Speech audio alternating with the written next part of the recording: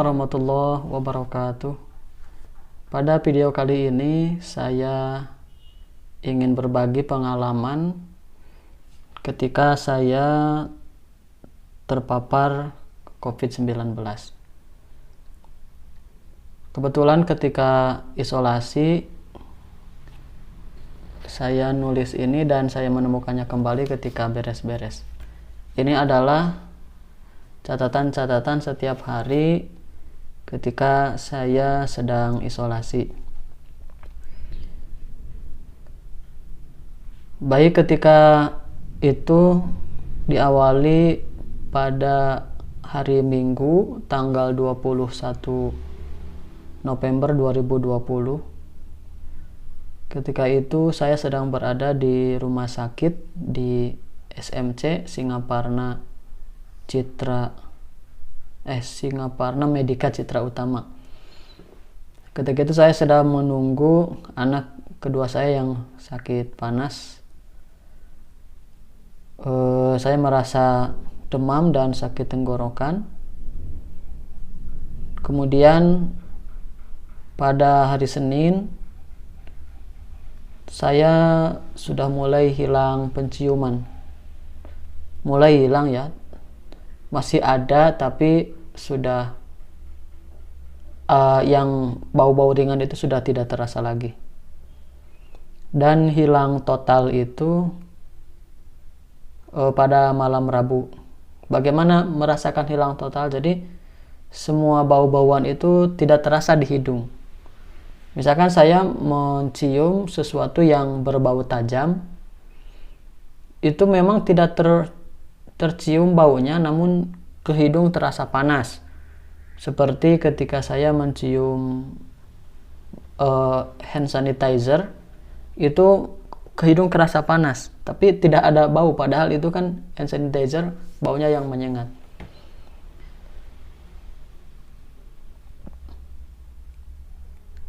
Nah, sampai pada hari Jumat tanggal 27 bulan 11 itu penciuman masih tidak ada. Merasakan pusing, sakit tulang rusuk, dan dada menegang. Entah itu gejala COVID atau tidak, atau bukan. Ya, ketika itu saya mencatat seperti itu. Jadi yang saya rasakan, jadi tidak ada penciuman, kemudian merasa pusing, tapi pusingnya itu di sebelah sini nih, sebelah sini, kemudian menjalar ke seluruh kepala, pusing gitu. Kemudian sakit tulang rusuk, ini merasa sakit, entah itu dari gejala COVID ataupun bukan, walau alam saya tidak tahu, tapi yang saya yakin yang hilang penciuman itu adalah gejala COVID, anosmia. Kemudian saya ketika itu konsultasi ke pondok, karena kebetulan di pondok di sini di Pondok Pesantren Cilenga juga lagi heboh ya, terkena COVID santri, yang alhamdulillah sekarang itu sudah terlewati, badai itu sudah terlewati dan sekarang sudah normal kembali. Dan juga saya berkonsultasi dengan gugus tugas desa ya, gugus siaga COVID desa, dan akhirnya saya dari hasil konsultasi itu memiliki kesimpulan untuk konsultasi ke puskesmas. Ya, saya konsultasi dengan pihak daring ya, atau WA. Saya WA ke Kepala Puskesmas Mas Haji Dungani, dan beliau menyarankan hari Jumat katanya swab. Saya pada hari Jumatnya pergi ke puskesmas, kebetulan diundur sampai hari Senin dengan alasan petugas kesehatannya, petugas yang menyuabnya itu sedang memulihkan stamina biar fit katanya. Kemudian selama menunggu sampai di swab sampai hari Senin, Terapi yang saya lakukan itu minum air hangat. Jadi saya minum pakai air hangat, kemudian pakai kayu putih dibalurkan ke seluruh tubuh dan juga dicium-cium. Siapa tahu kembali lagi, namun ketika itu belum. Kemudian minum madu, ya madu yang dari warung gitu, madu rasa. Kemudian ketika itu kebetulan ada susu beruang yang merek Nestle itu, susu beruang saya hangatkan itu, tidak terlalu panas. Kemudian juga minum air dawegan, itu kan masih ada dawegan ketika anak saya yang kedua itu panas, kan suka saya beri dawegan, dan dawegannya masih ada yang tersisa, saya minum. Kemudian mengkonsumsi vitamin C 1 kali sehari. Pada Sabtu tanggal 28 bulan November, keluhan yang saya rasakan adalah napas berat. Napas itu serasa berat gitu. Kemudian sakit dada di sebelah kanan masih terasa. Apabila napas dipaksakan itu membuat kepala sakit. Nah, konsultasi ini, keluhan yang saya rasakan ini saya konsultasikan ke puskesmas. Sampai ketika itu ada petugas dari puskesmas, Dokter Lisa sama Pak Adam datang ke rumah saya, tempat saya diisolasi, memeriksa saya. Ketika itu Sabtu sekitar pukul 2 sore, dan hasil pemeriksaannya itu tensian normal 120, oksigen 97%, rapid test, jadi diambil darah di jari kemudian diteteskan ke alat rapid dan hasilnya non reaktif, dan suhu badan ketika itu 37,8. Pada hari Minggu tanggal 29 November penciuman sudah mulai kembali. Jadi sedikit-sedikit ya, bau kayu putih dan sabun sudah terasa sedikit. Nah, itu ketika pagi saya rasakan. Hari Senin tanggal 30 saya tes swab, PCR swab mungkin ya. Itu pada hari Senin tanggal 30. Kemudian Selasa saya tidak nulis apa-apa, dan pada hari Rabu masih pilek dan ada batuk. Obat yang dari Dokter Lisa ketika hari Sabtu itu sudah habis, tinggal vitamin, karena vitamin itu saya minumnya kan 1 hari 1 kali, kalau obat itu 3 kali 1 hari. Kemudian pada hari Jumat tanggal 4 bulan Desember hasil lab PCR keluar, dan ternyata hasilnya itu positif. Kebetulan ketika itu saya diisolasi di sini 2 orang bersama adik ipar saya perempuan, ternyata dia juga positif. Dan nilai PCR-nya itu kalau tidak salah 21 ya. 21, dan yang nilai rujukannya itu 40. 21 dan 22.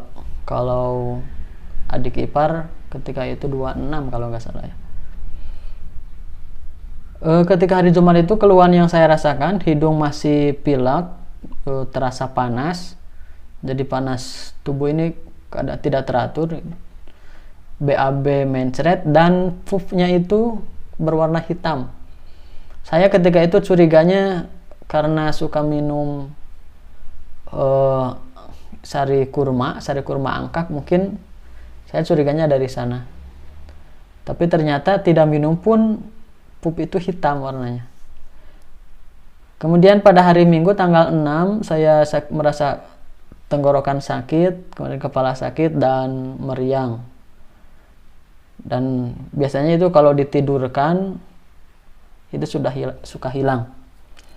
Kemudian Senin tanggal 7 bulan 12 sekitar jam 11 pagi badan terasa panas dingin, kepala sakit dan napas terasa berat. Karena pagi itu ya saya mandi dengan air hangat. Nah, di sini saya suka masak air, kalau mandi itu pakai air hangat. Tapi malamnya, menjelang malam badan itu gerah dan berkeringat.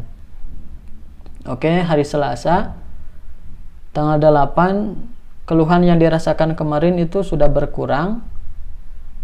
Kalau sakit kepala datang menjelang maghrib saja. Biasanya kalau hampir mau maghrib gitu, sakit kepala itu suka datang. Dan leher sebelah kanan itu terasa pegal. Tapi entah itu karena COVID atau bukan, saya tidak tahu, tapi itu yang saya tulis ketika itu.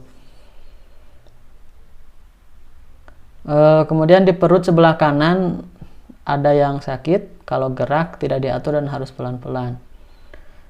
Pada hari Rabu tanggal 9 Desember, badan seakan sehat fit. Nah, 9 Desember itu kan hari pemilu ya, pemilu kada di Tasikmalaya. Karena malamnya itu difokuskan untuk mengelola Sirekap dan siangnya juga difokuskan untuk pemilu, walaupun saya tidak bisa mencoblos langsung ke TPS, tapi saya selalu terhubung dengan rekan-rekan di PPK juga, sehingga dengan euforia seperti itu seakan sakit itu terlupakan. Nah, pada hari Kamis itu tanggal 10 bulan Desember tidak ada keluhan. Namun kalau mendengar kabar-kabar yang sedih gitu, itu suka muncul gitu keluhan seperti itu. Ya berarti ini karena olah pikiran kita ya. Kebetulan ketika itu istri mengabarkan bahwa si Apaj itu anak yang pertama sakit panas katanya. Saya juga jadi ikut-ikutan panas seperti itu. Nah, pada itu juga itu biasanya hilang. Hari Jumat tanggal 11 bulan Desember saya sudah merasa sehat, tidak ada keluhan. Kemudian pada hari Sabtu 12 Desember saya mendengar berita duka bahwa Mas Sanyoto, salah seorang warga di DKM Jambi, meninggal. Dan juga ketika itu saya mendengar suami Bu Juwita, salah seorang guru di SMPN Negeri 1 Sariwangi, kritis karena COVID. Beliau di rumah sakit dan pada akhirnya beliau meninggal. Allahumma gfir lahu, Allahumma gfir lahuma warhamhuma wa'afihima wa'fu anhuma. Jadi ketika mendengar berita itu, keluhan-keluhan yang sebelumnya itu terasa kembali. Ya, seperti panas dingin, sesak napas, dan dada terasa tegang. Namun anosmia tidak ada. Anosmia itu ya hilang penciuman itu. Nah, mungkin teman-teman bertanya, selama diisolasi bagaimana makan? Kebetulan ketika saya diisolasi itu berbarengan pondok juga diisolasi. Jadi pondok itu melakukan lockdown dan dibuatkanlah dapur umum untuk memenuhi kebutuhan makan para santri yang ada di dalam, yang sedang diisolasi. Saya juga diantar makanan dari sana pagi dan sore. Karena saya terbiasa 3 kali makan, untuk makan siangnya saya diantar dari istri. Ya, kalau makannya ya macam-macam, ya nasi, kemudian lauk pauk, setiap hari dikasih buah, ya kadang pisang, pepaya, semangka, jeruk, dan lain-lain. Dan saya usahakan setiap pagi kalau ada panas itu berjemur untuk membantu membuat badan ini menjadi kembali fit. Alhamdulillah sampai akhirnya pada tanggal 14 Desember saya dikasih surat keterangan pemeriksaan, surat keterangan sehat dari puskesmas bahwa dinyatakan selama masa isolasi tidak ditemukan gejala dan tanda infeksi coronavirus disease. Akhirnya saya bisa keluar dari rumah ini, bisa bersosialisasi lagi dengan orang lain. Namun saya karena belum yakin, menunggu hasil swab yang kedua, saya tidak berani bebas, tidak bisa kemana-mana, ke sekolah belum, dan lain sebagainya. Keluhan yang saya rasakan ketika diisolasi itu, jadi karena saya swabnya di puskesmas, jadi untuk menunggu hasil itu sekitar 1-2 minggu. Nah, ini berpengaruh juga ke masa isolasi. Jadi kan setelah swab itu, misalkan nih saya di swab tanggal 4 Desember misalnya. Nah, hasilnya itu tanggal 14 misalnya, tanggal 14 Desember, dan dinyatakan untuk waktu isolasi itu dari mulai tanggal 14 Desember, sedangkan dari mulai tanggal 4 saya suka dari tanggal 14 saja kan saya sudah isolasi gitu. Tapi hitungan mulai isolasi yang 14 hari itu mulai dari keluarnya hasil swab, dan itu kan yang saya merasa menjadi lebih panjang lagi masa isolasinya. Itu mungkin, dan saya juga menyadari karena keterbatasan di tenaga kesehatan, karena banyaknya antrian sampel-sampel yang harus diperiksa, mungkin satu hari itu sampai 500. Tapi sih kalau kita ingin cepat itu bisa langsung yang berbayar. Yang berbayar itu ya 900.000 katanya ya untuk PCR swab.